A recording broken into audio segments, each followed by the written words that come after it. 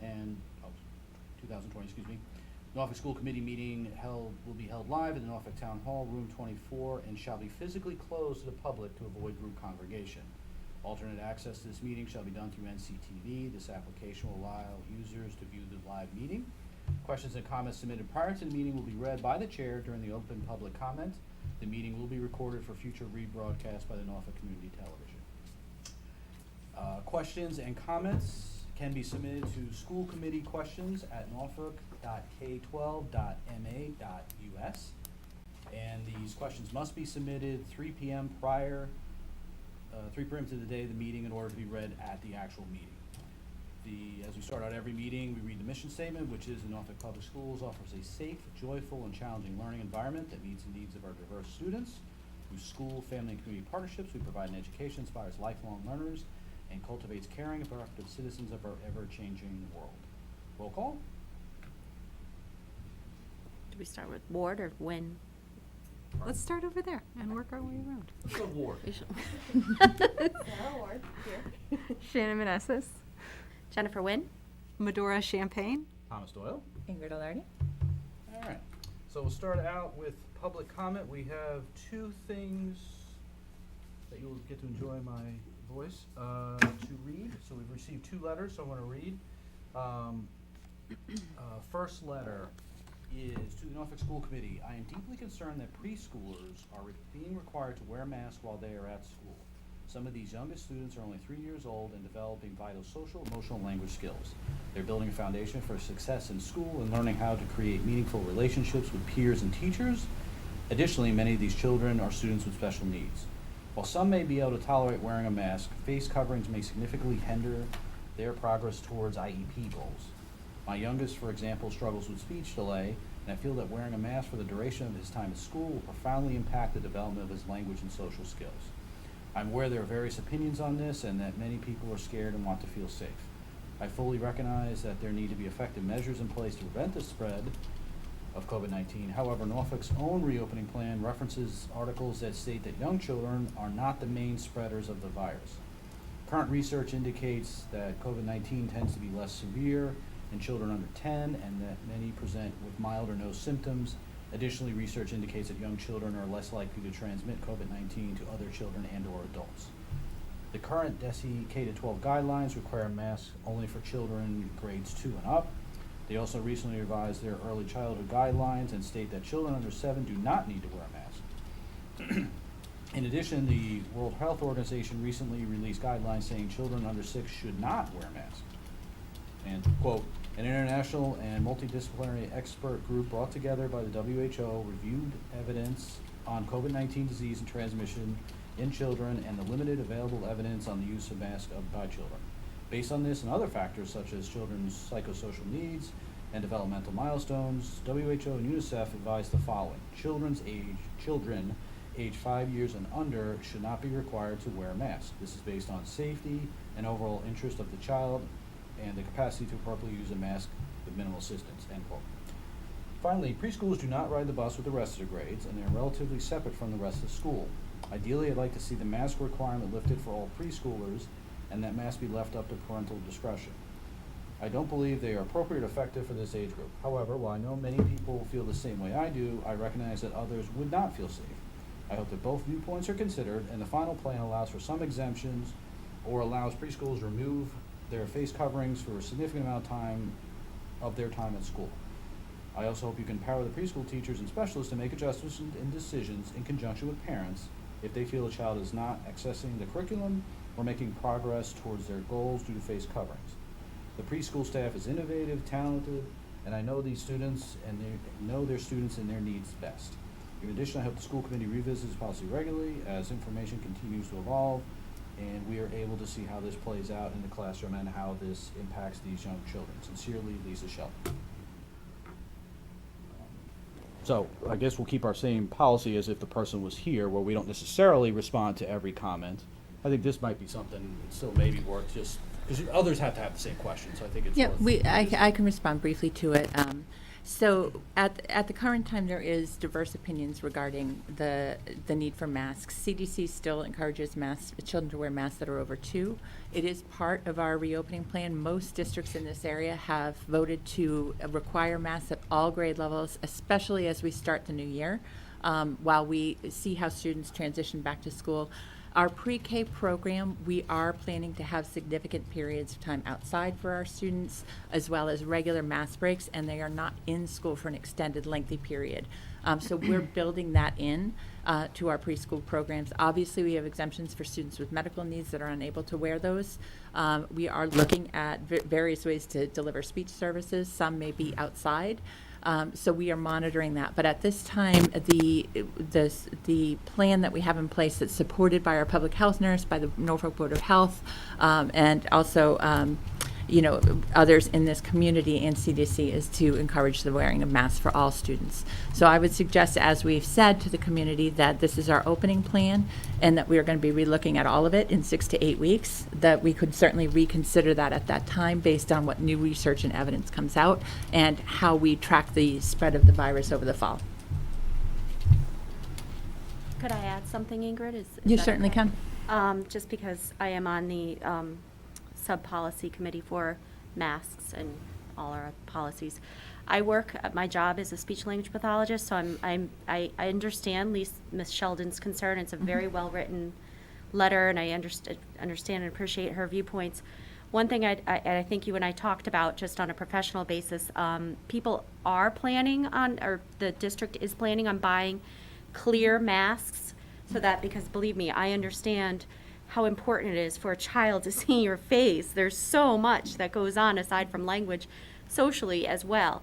So we are planning on providing stuff. teachers with clear masks, doing stuff outside, that sort of thing. I think we even talked about microphones. Did we talk about that, or was that somebody else? That was No, somebody that else. was somebody else. Okay. Oops. There's lots of ways that we can work around this, and I agree with revisiting it as we see. And I'm assuming teachers, would appreciate children trying to cover up as well. All right, any other comments? Okay. All right, one more letter to read, and this is from Jessica Gleason. This is given that school will be starting in a hybrid model, I am very nervous about what parents will be doing with their children the other 3 days of the work week. If parents are seeking childcare elsewhere, that effectively increases the risk of exposure to my child. Will parents be asked to disclose what their children are doing on remote learning days so that other parents can have a transparent understanding of increased risk? For example, if my child is in a class with 12 students and 8 of them seek childcare at 8 different places during remote days, this multiplies my child's exposure significantly. This is highly concerning to me and has been cited as a concern from epidemiologists as well. Please address this concern.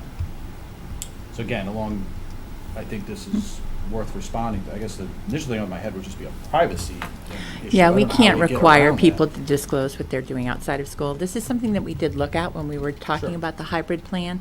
And we have talked to the public health nurse as well as our medical team about these issues. The reality is, even in a full return, when all students are back, many parents choose childcare options. We have students that go to the Y program, that go to the Adirondack Club. We have students that are playing outside sports. So the risk between the two isn't dramatically different. We have many, many parents. We have a large SAC program, students that participate in outside activities beyond the school day. So we do recognize that some parents are seeking shared care during this time, but the biggest mitigation strategies that we have in place are that students are coming to school, they're wearing masks, they're remaining socially distanced. We're putting all those protocols in place for hand washing. The evidence is pretty clear that, again, as it's cited in our reopening plan, that students are at lower risk for catching COVID-19 than adults. They tend to have more mild symptoms and are less effective at spreading it. So the risk from other students is lower than it would be from adult to adults, and we have a lot of prevention strategies in place. And between the hybrid and a typical reopening model, while there are some people looking at shared care, that's true in any situation. And we have kids, right now outside of Freeman Kennedy, we have teams of baseball playing. People are following the social protocols. We have very low transmission in our community right now, but we're continuing to monitor that. But we cannot, for privacy reasons, require people to disclose what their children are doing outside of school. Understandable. I have one question, Mhm. kind of derivative of that. Is there any type of requirement, or would it be feasible to, implement a type of requirement that if a parent who has their child doing, whether it's childcare or sport or anything outside of school, who's notified by that location that there has been a positive COVID test? So if they go to they go to a daycare facility for the other days, and they're notified by that facility that there's a positive test and that there may have been contact, for just contact tracing and public health monitoring, is it feasible to require that we also be, that the school district also be notified of that?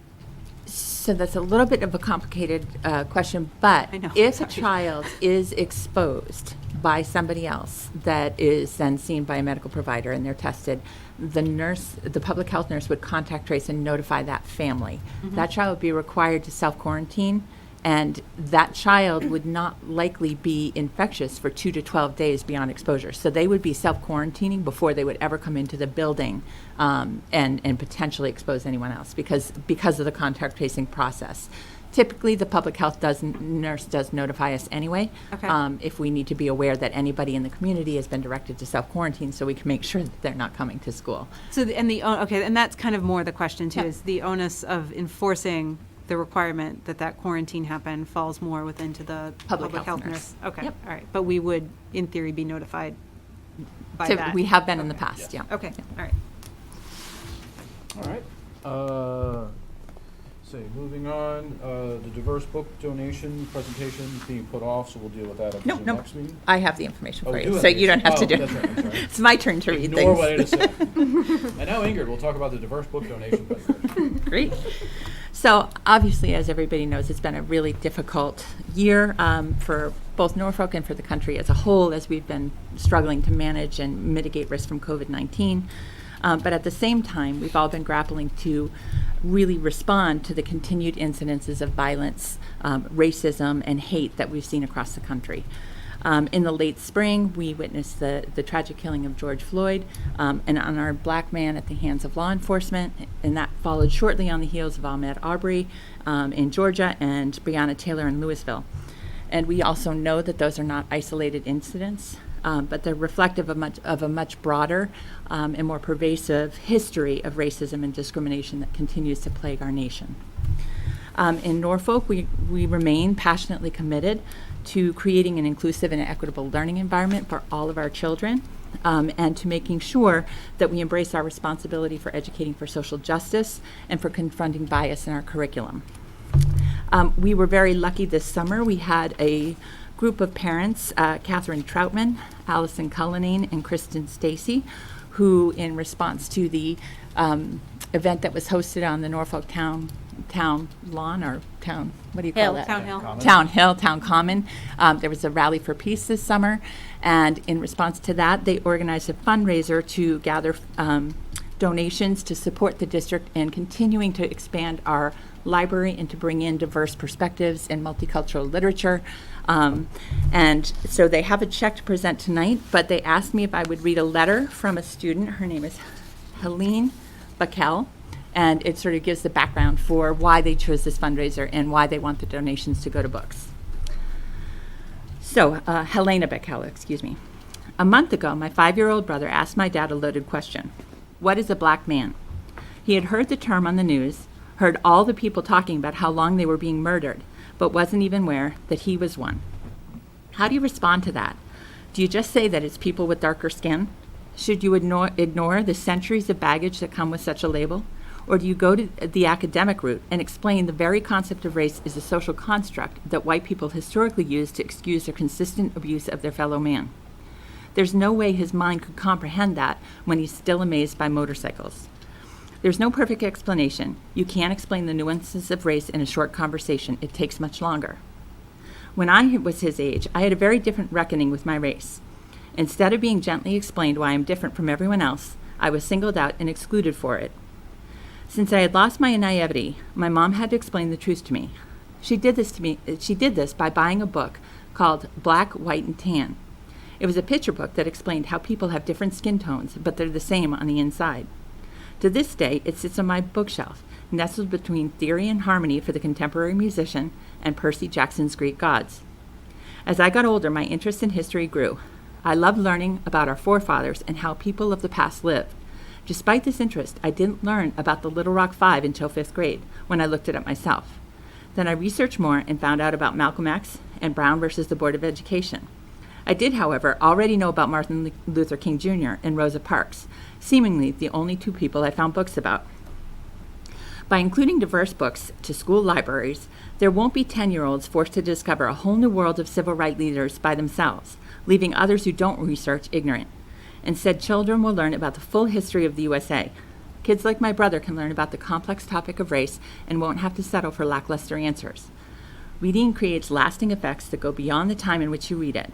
It causes aftershocks, facilitates discussions, and changes opinions. By adding such books to elementary school libraries, these kids will be able to go into life with an open mind, ready to discuss heavier topics instead of having to learn through misfortune. They can be taught. Adding books on diversity will combat ignorance and open children's minds before hate seals them shut. So, Wow. very profound and beautiful letter. And we are fortunate that, we've been working on this for a number of years, and our teachers have been really working on teaching social justice and helping kids lean into tough conversations about race. But the literature is a powerful vehicle for that. So they were able to raise $1,800 that they're presenting to the school committee Wow. tonight to accept for the purchase of continuing to expand our class libraries. Very impressive. Wow. Thank you, Kristen, Catherine, and Allison. Great. So we need a vote to accept the donation. Do we have a motion to accept that very generous donation of $1,800? I'll make a motion to accept the generous donation of $1,800. Second? I'll second. I'll second. All kinds of seconds. Everybody second. Assuming no further discussion on that, all in favor? Aye. Aye. Thank you again. Thank you. Great.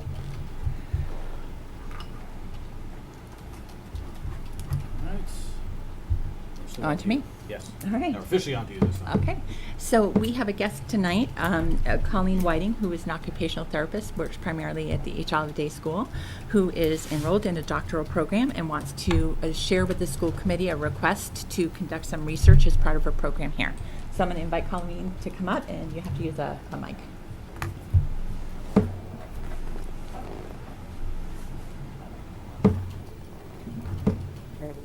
Yes. Hi, everyone. So I'm Colleen Whiting. I've been at HOD for over 15 years now. And I recently went back to school in the evenings to do a doctoral program. And it's a clinical doctorate, and my kind of push behind it was that in the literature, there's a lot of talk about developing evidence-based practice and making really informed decisions for kids on what we're doing, make sure we're effective for pulling kids out of the classroom, making sure that it's an effective use of their time for participating in the school. And there's not a lot of literature around some of the kids with sensory processing challenges and how to work with those kids effectively in the schools. And so I was really passionate about trying to bring that to research, but also become better informed as a clinician of what I'm doing that's working and how I'm helping kids. And so I am asking permission to be able to do the study here at the school. I will not be doing anything differently as a clinician. It's just basically I have to do some videotaping and more thorough data collection of the kids.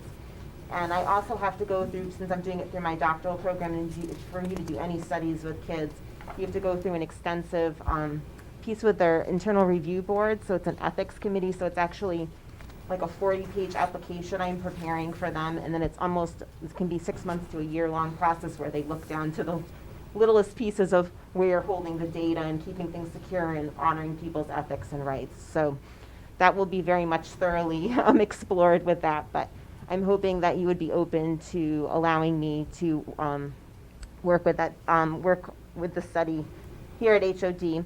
I'm just going to be using 3 of my kids that would be on my service delivery anyway, and I included some of the pieces as far as parent-informed consent and kids-informed consent. I have a variety of pieces of steps that I need to go through to make sure that everyone's informed of their rights, they're able to opt out at any point. And like I said, I won't be doing anything differently. It's just a permission to use some of the data that I'm collecting. So. And Colleen, I think in your materials you acknowledge that the data reporting will be anonymous, Mhm. students' privacy protected, and that you will be working with parents to explain the study and procure informed consent prior to moving forward. Absolutely, yes. That was my question, FERPA. And my other question is, when you talked about videotaping, that's not in a classroom setting, right? So you don't have to worry about Jane and Paul and, So we're going to be doing, I'm going to be doing videotaping kind of in the corner. We're going to try to do like during rug instruction so that I can basically have the video camera put toward Jane or Mary, whoever I'm Whoever, videotaping. and that will So be the that only Yeah, so child. they'll be seated, so it won't be like kind of taking in the whole okay, class.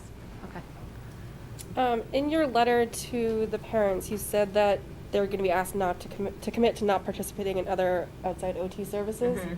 Are there any adverse effects or changes to the IEPs that would be needed to sort of mitigate that or anything? No, they'd be still getting all of my services through the school-based piece. It's just, and they're welcome to pursue outside. I just wouldn't be able to include them in the study just Okay. because they want to show that my services are effective. So Okay. that would be something, upfront if they'd like to pursue outside services as well. I just wouldn't have them in the study. That'd be fine. And parents, just to reiterate, I think have the right to not participate Oh, with their child absolutely. if they want to. Yep. Right. Or to discontinue at any time, Mhm. if they don't want to continue. Okay. What would you do, say, if a child left after 10 weeks, and was it 20 weeks was the approximate time? Mhm. Would you then get a fourth child to do 10 more weeks or how does that work? Yeah, if they're not able to complete the full period of time, they just would be excluded from the study, just like if a parent asked to have them not participate anymore, and I would just need to have an additional student added on. Okay, so you'd still, okay. Yeah. Do you need a certain number of participants to have a good aggregated data set, or? I'm doing a multiple baseline study, so you only need 3 kids. That's part Okay. of why I'm choosing this particular one, because it's a smaller subset that I can be, really available for if parents aren't interested. And I don't have to see all the kids at the same time. It's non-concurrent, so I can, whenever families feel like they're, Okay. willing, I can add them in. It's not like I have to schedule them all, in September kind of a thing. Okay.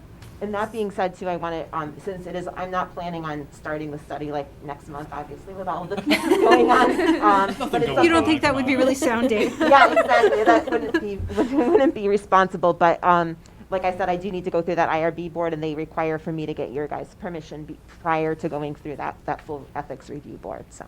Okay. How do you think being videotaped will change some of the kids' behaviors or answers, or if they're not used to No, that's that? an excellent question. So I'm going to be following, usually what they do in research is that they set up a video camera in the corner like a couple of weeks before the study, so that it's not something that they Okay, orient so it's not to. new. Yep, and I'm just going to have one of the classroom staff just like put it on at the beginning of reg time and turn it off at the end, so that it's not going to be like a person coming in and watching them. I was very mindful about that. I want to kind of keep it so that, I'm not interrupting classrooms, and then I'm going to be taking that data from the videotape and then coding it outside of school time, so it won't take up any of the teacher's time. I was just going to ask that about the coding of it. So you'll just take that separately. And then if you have, how will that, if it's, once they start, if someone does happen to drop out? Yep. And then someone comes back in, will that impact the coding, or will it just all happen once the study is complete? If someone ends up leaving the study early. Yeah, will you still use that data, or if they leave, you're no Yeah, then I longer wouldn't be able to use the it? data. Okay. Yeah, it's supposed to be I'll be hiring a separate, person that's blind to my study to do it, and the order of my sessions will be mixed up, so it will most likely be coming more near the end of their time period anyway. But then I have, in my ethics board review, I have to put that I'll destroy all pieces, That's my question. things have to be actually locked and coded in a BU, computer, it's very clear on where no one else will have access to things except for me. Great.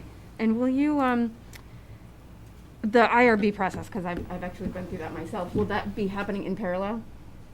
That has to happen before I That's do, what I thought. before I do anything. So even before I send home any parent consents or talk to anyone, I have to get approval through the board. So yeah, it'll be a while.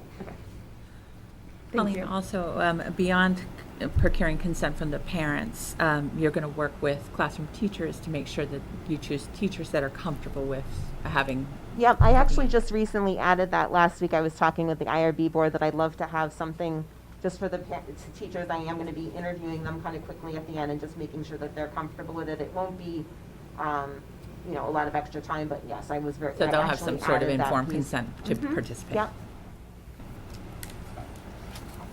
Any other questions for Colleen? That was my question. Okay, so we need by policy for the committee to vote to approve the research moving forward. It's, typically we vote because we're talking about big studies from outside vendors. This is an internal stuff Right. and small subgroup and within individual informed consent, so. All right, so do we have a motion to allow that study to go forward? I move to allow the proposed research study to move forward as described. Second? Second. Any further discussion? Okay, seeing none, all in favor? Aye. Aye. Good luck. Thank you. Thank you so Thank you very much. much, Colleen. We look forward to, I know you shared with us the last time you did a research project, the study, so we look forward to hearing the results of it, so thank you. Thank you. Congratulations. Thank you. Good night. In your packet, you have an update from BICO. Again, Bi-County is the special education collaborative that we are members of. They send us quarterly updates. This is just talking about their summer, the spring closure period and their summer services. So during the spring closure, they provided, as we did, remote services and supports for students. They had about a 72% participation rate in their spring programs, and they did offer summer services. They had to delay when they were able to bring kids on site, but they did continue with remote summer services. They weren't able to do the on-site because they work in 12-member communities, and everybody has safety protocols and things that they're working on. So they continue to do that. Over the summer, we also transitioned. Arlene Grubert has been the director of BICO for a number of years. We conducted a search and we hired a new director, Jean Sullivan, who was the special education director prior in Norton, and she started this summer.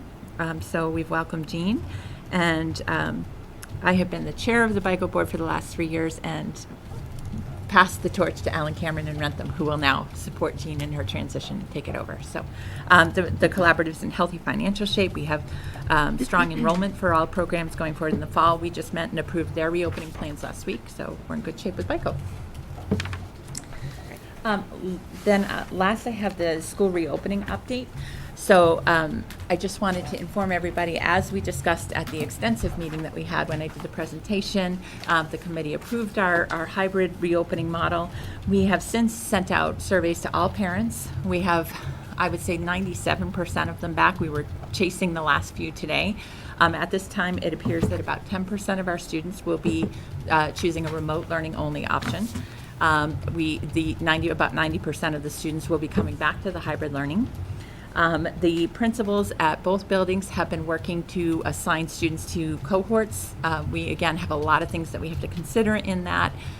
We are looking at ensuring that we keep all siblings and all children living in the same household in the same cohort. We also have to make sure that we're providing, that we're thinking carefully about scheduled services for special education, for our English language learners, and assigning students to cohorts. We have advertised recently or posted a position for remote learning teachers at all grade levels. So we do expect that we will have a teacher at kindergarten through grade 6 that is overseeing a remote learning class. And we're in the process of working through that. The buildings and facilities are clean and we're ready to reopen. We've had teachers in pretty much all week, Tom, right? Setting up classrooms. So that's been great. We've been working with the NTA on reopening negotiations. I spoke with the committee today and they were comfortable with me sharing with the committee at this time that we are finishing up those negotiations and are just in the final stages of drafting the memorandum of agreement for reopening, and expect to be able to bring that to the committee at our next meeting, hopefully for vote. So we're in good shape for that. And other than that, we have planned our opening PD activities to meet the needs that teachers shared in the feedback from the fall. We have a variety of different presenters coming in to do virtual workshops. All of our opening PD will be virtual, and then teachers will have some of those extra days to work collaboratively on designing curriculum and preparing for the hybrid model and the remote learning for those who've chosen it. So any questions the committee has, I'm happy to answer. I have a question, burning question from many people. Will the cohorts be sent out through mail or email?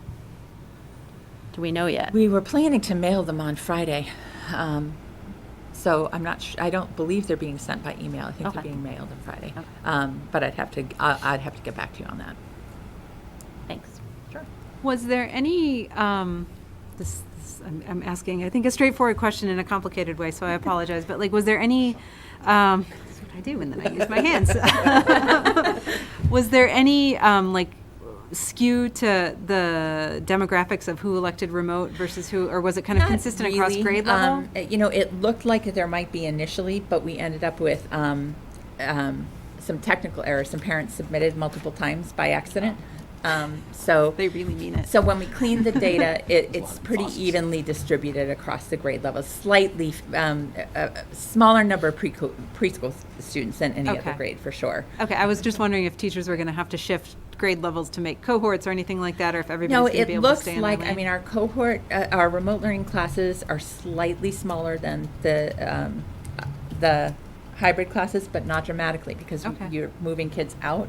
Right. So I would say our smallest remote class is about 13 students. Okay. And I can't remember off the top of my head which grade level, but it's between 13 and 17. Okay. And there's, like I said, a small number of preschool. I think there's only five or six preschool students that have chosen remote. What was the percentage of the original survey we did, when the first survey we did out, as far as like a turn school? Wasn't it 80 some odd percent? It wasn't 90, No, was it? when the original survey that we sent, we had 95% of our 95, okay. parents planning to come back in person. At this time, it's about 90, so it's changed by about 5%. And then I just, because this was a tag-along question on the same form that everybody filled out. Transportation. Yeah, what's the busing situation looking like? So right now, it looks like of the students that are returning, about 50% are going to be parent-driven, and about 50% are anticipating riding the bus. I spoke with Holmes today. Based on the restrictions of one person per seat, the bus capacity is about 25 children per bus, but we don't believe we're going to have to add buses to the fleet based on the number of parents opting out of transportation. So we have only half of our kids in school, and only half of those kids are coming. So it's really a quarter of our students that we're transporting, and the buses And have those about a siblings third can stay capacity. close. Those siblings can double up in those Yep, seats, they right? can. Yeah, everybody can just Yeah. stay close That's what after they're saying. Yeah, but we have to quarantine. finish the cohorts before we can finish bus routes. So that's what we're doing, those two things in tandem. Will the start times change and the end times change depending on pickup and drop off? No, so we are anticipating at this time that the buses will run and the school hours will be the same. We do think that we may have to stagger slightly the parent drop off in the morning based on the number of cars. We're looking at that now. And we may be able to mitigate it a little bit by having kids come into different doors. So the principals are working on that. But if we have to stagger it all, it'll only be by 5 to 10 minutes. It's not Okay, going to be a just for dramatic working, change. for people planning And we on- think probably the first week of school is going to gonna be be- slower Mhm. as we get used to new Yep. routines. Okay. But we are not anticipating changing the overall start Okay. time. Our buses will come at the scheduled time. We're Okay. only going to unload 2 at a time so that we can maintain social distancing. Mm-hmm. So the times don't change, but the process of getting kids from the buses into the school is going to take a little bit more Gotcha. time. Thank you. What was, or do we know, what was the percent of parents that were driving their kids, say, normal year? I mean, it's obviously It's, less than it's about 50, half of what we have now. so 25%? Yeah, well, looking at it by cars, I believe, we spoke about this yesterday, I believe Ms. Balfour said on a typical day they have 40 to 50 cars, and now they're looking at like 130 cars. Is So there- it's about double what we typically have. Is there a thought, or would we need to have the police there to maybe the first We're week to talking kinda about that, keep- we're talking about having an traffic officer to control? do traffic control. Yeah. Yeah, I have to reach out to the police, but that came up this morning, and we are talking I could about see that. that just from a rush of people just being a potential Yeah. issue and chaos the first week and.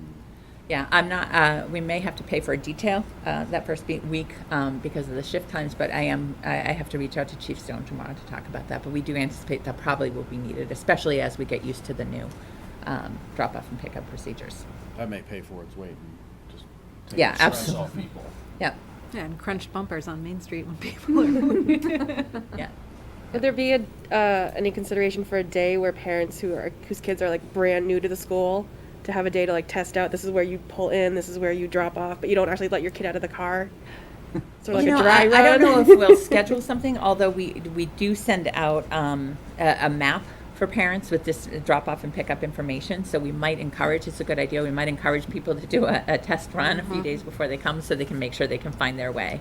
That's a good suggestion. But we do send out a map that shows them where to enter and where they drop off. And Yeah, I just know I'm not mapped great.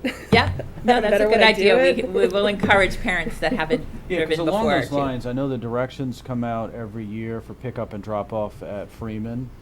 And Complicated. And color code. And I'm like, I would just drive in the middle of the field like, "Get out, I don't know." I just We are going to be. baseball field and like honks my horn. We do have to revise the procedures for drop-off and pickup in order to accommodate the number of parents that are doing that. We are looking at some dismissal software that will help us with that process. So we will work on making sure those directions are clear and accessible. Yes, I think that would be good, and I think we're all like, yeah, maybe the detail officer, I think that makes sense, 'cause Because traffic, just even morning commute traffic is tough on Main at that time, and then add Yep. more people Yep. not knowing really what to do. It could be potentially. And again, I would anticipate, based on the number that we're looking at, especially for the first week, we will probably, and that we might split by alphabet. Students from A to M drop off at 8:40. The rest come at 8:50. We will probably be staggering at least So the as first. someone who always gets put last because of W, I'm asking if we. Yeah, I'm not sure how we're going to stagger it. We also might do it by grade Green level. over here, top of the alphabet, It's in like, gold. school. I'm always in the middle. So It's I like know. open house. I'm always last, late at night. I'm tired. Yep. That's just asking. Stand up for Yeah, the last part of the Yeah, alphabet. exactly. I do, one other question that some parents might not realize they should be asking, because if they have kindergartners who haven't gone yet, but is kindergarten going to do the similar thing that they've done in the past where they start, so we're splitting the groups in half.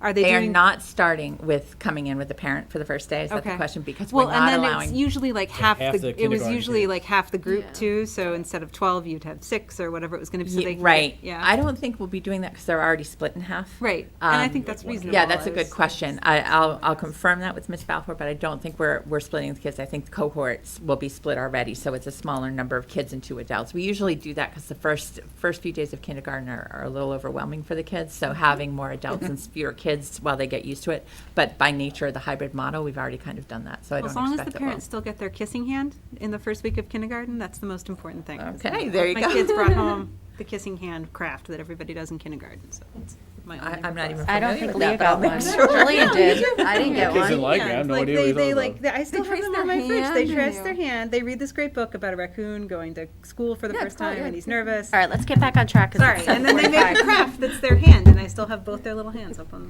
There you go. Sounds good.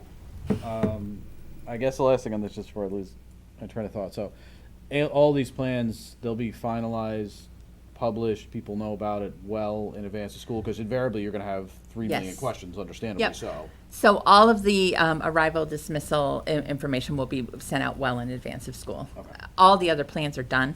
It's just we have to split the cohorts, and then within the Right. cohort, we have to look at how many people chose busing and how many are driving on each day before we can figure out how we're going to stagger So the then arrival. that would leave. I assume there isn't a specific date you're thinking all this stuff would be out at this point, because there's still. Well, time. we'll have the cohort assignments done this week, and they'll go out. So I would imagine next week we'll finalize the dismissal. We're also sending out information to parents about what masks are acceptable for school, and when to keep your child home. All that'll go, because we're not starting kids till the 14th, so we still have 3 more weeks. So that'll go Right. out in the next week or so. I have seen some questions floating around town about school supplies.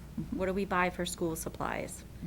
Will there be an updated list, like don't worry about anything, or? Yeah, so we always send out a list, and it's always optional. We provide all course supplies that kids need through the schools, and we will be providing bags of materials to go home to support the curriculum. So manipulatives, pencils, crayons, tools that they would need to do any of the projects for school will go in a Ziploc bag, and we'll be going home with students. So we are not requesting donations to the classroom right now that I'm aware of. Usually we ask for tissues, some of those other materials to share as a class, Yeah. but we're not sharing materials as a class.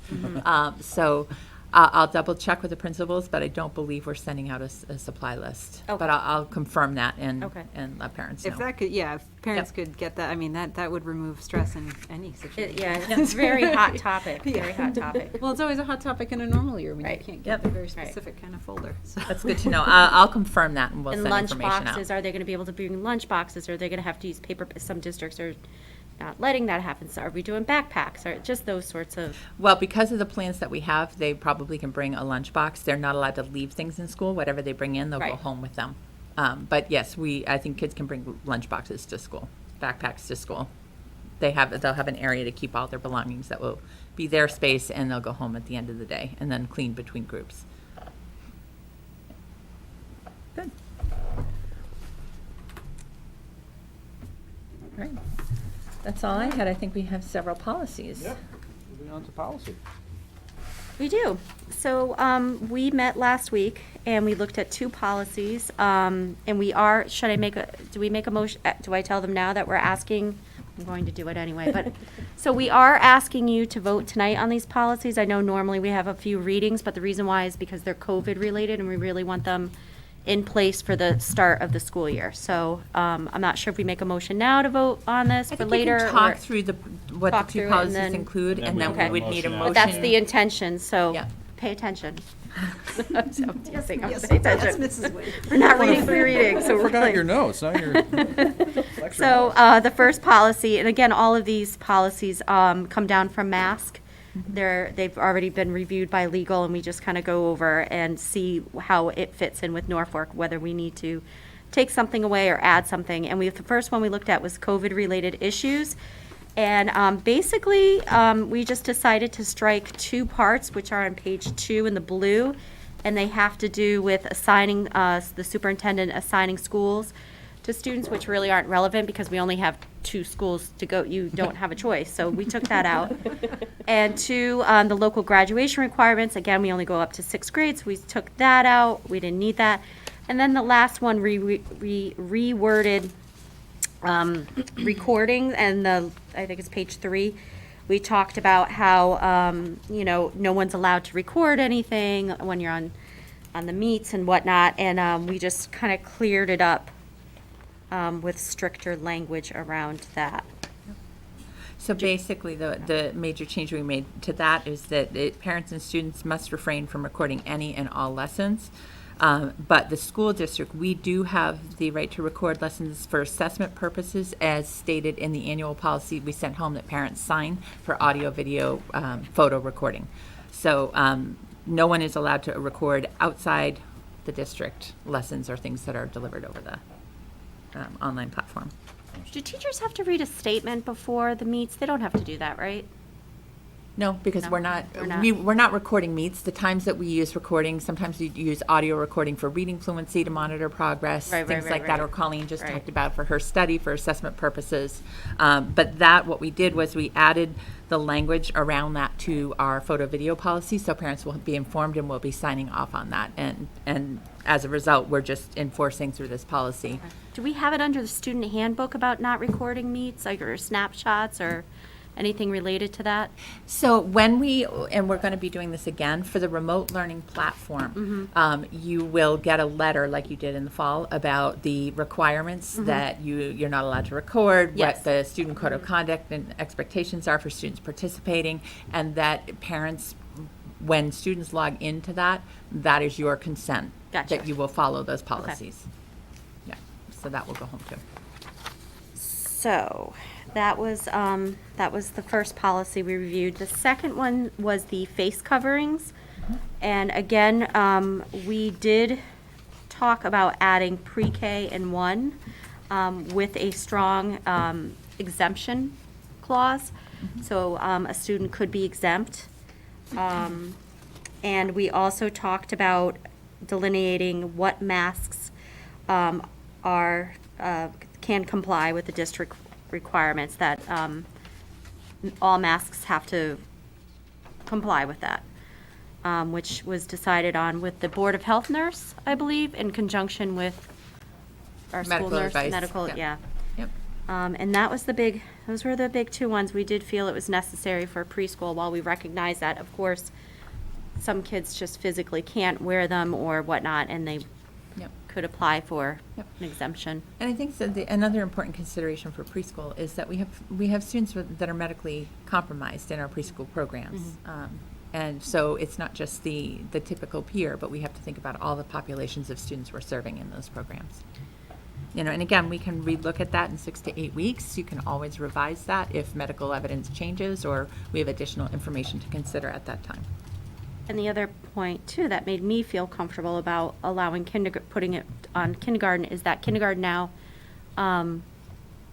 Half day, Or no. and then they Half have a day, recess and yeah. a snack break within so that. it's not as long as full day. So, and you're gonna have, we have the tents, right, to go outside. There's going to be lots of opportunities for them to be outside without breaks, and so, and again, we can revise it, so. Yeah. All right.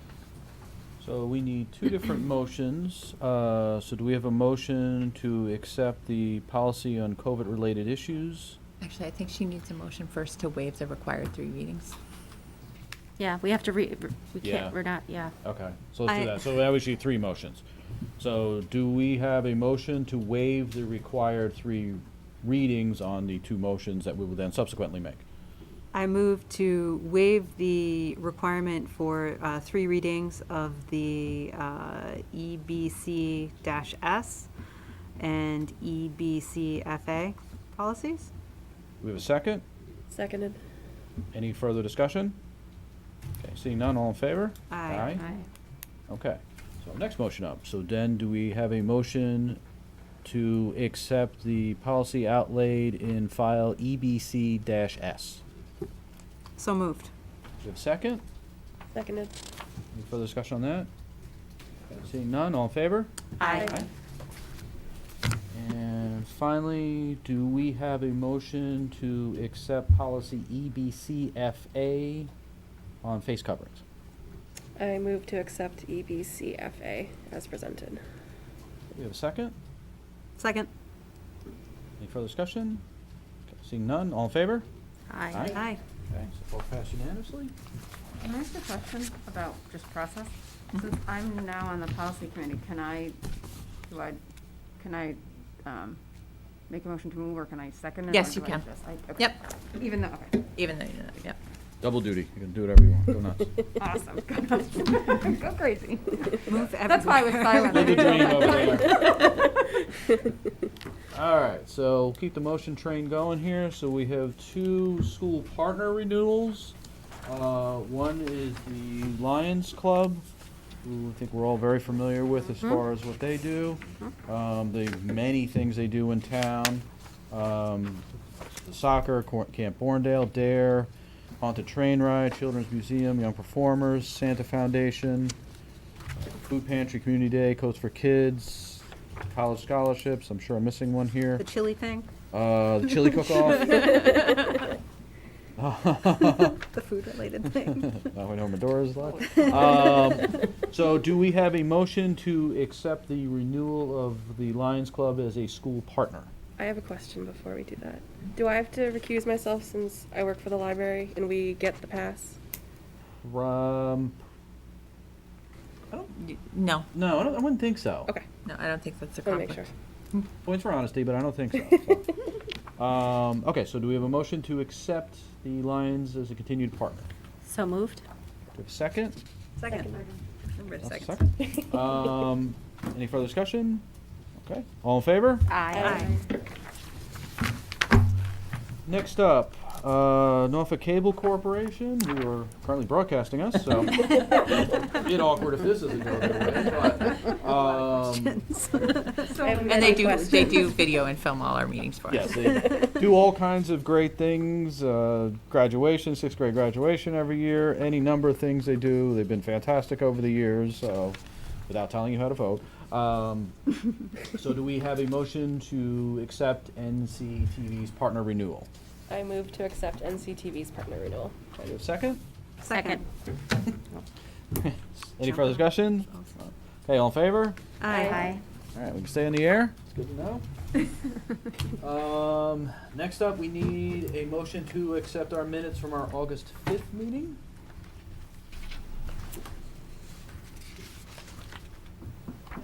All right, I move to accept the minutes. Very nice of you. Okay, do we have a second on that? Second. No one wants Further to discussion? be first. No. Seeing none, all in favor? Aye. All right, and next up, we are looking at September 8th. Does that work for everyone date-wise? Started looking and I got Yeah. distracted. Yes. Sure. Okay, that works for me. Okay, so next meeting will be September 8th. Question, do we plan on being here again, or to be determined? I think it would have to be here, so we'll have to confirm the space because open meeting law requires us to live broadcast the meeting. And we don't have the capacity through cable to do that from the media center. If we can't do it from here, we could still have it on September 8th, but it would have to do it as a Google Meet and all be in person on our computers. So that's the only other way that we can do it. But we can do it that night. We'll just have to do it either here or as a Google Meet that we're live watching. Okay, Okay. so regardless will be that, it's just to be Yep. determined how we're doing it. Okay, Yep. that's fine. Can I ask a question about that? And I might just, Sure. I can make that. How does it work if I might have to be remote for that? For remote participation, we don't have a policy for remote participation in meetings, and the town does not allow that at this time. So Okay. you would just have to be absent if you can't make it that night. As long as there's 3 of us here, then we have a quorum, that's Okay. fine. Yeah, we're gonna make all the huge decisions without you. Yeah, there's gonna be big stuff going on tonight. Huge thing. It actually might be something, given the current situation, that we might want to think about as a temporary policy for the year, just in case somebody was quarantining during meeting Yes. and we needed to make a decision. So that is something that we could refer to policy to explore for a COVID-related provision. I think, yeah, let's put it on for next I- meeting. So, I mean, the select board has discussed this extensively, and I think there's some issues. They have thought that it was not something that could be done. I don't know. I think it makes sense, personally. I don't know why. I'll check with our legal counsel. They may have some different parameters that they have to work Okay, I'd be around. curious, But I'll 'cause it would be we very could just at helpful. least I investigate didn't it get that and find out. impression. I got the impression that people thought, they didn't like the idea. They wanted people to meet in person. I don't I didn't get the know, impression it was yeah. a legal thing. It was like, well, what if somebody goes and is No, like, there's some open meeting Is there? concerns with Okay. it, and whether or not that would necessarily meet the criteria for it. I don't agree with them. I think it would, but I don't proclaim to be. Well, an and I expert. do know that there was some dialogue back and forth when that discussion was happening, that some folks felt that it would cool participation. yeah. Yep. It would, limit the lively debate that might happen otherwise in a meeting. But all of that predates a world where for the past 6 months, Yeah. we've We've all been been stuck in our houses, yes. doing And we it, could explore it we have as a the COVID, capabilities to kind of do an it. emergency situation. temporary As a allowance, yeah. temporary policy. And- But I'll check with legal Yeah, counsel. we- I imagine a lot of districts are looking into similar things. It would so- make sense, just having a case of emergency, Yeah. we can do this, okay, great, as Right. opposed to not being able to Yeah. conduct business. I mean, And- that would be silly. We wouldn't need the town to approve it, right? Because we're our own No, that would entity. be a school policy. Good. Yeah, So we Okay. would need to run it by our legal counsel. Perfect. All right, and finally, just need a motion to adjourn this evening's events. So moved.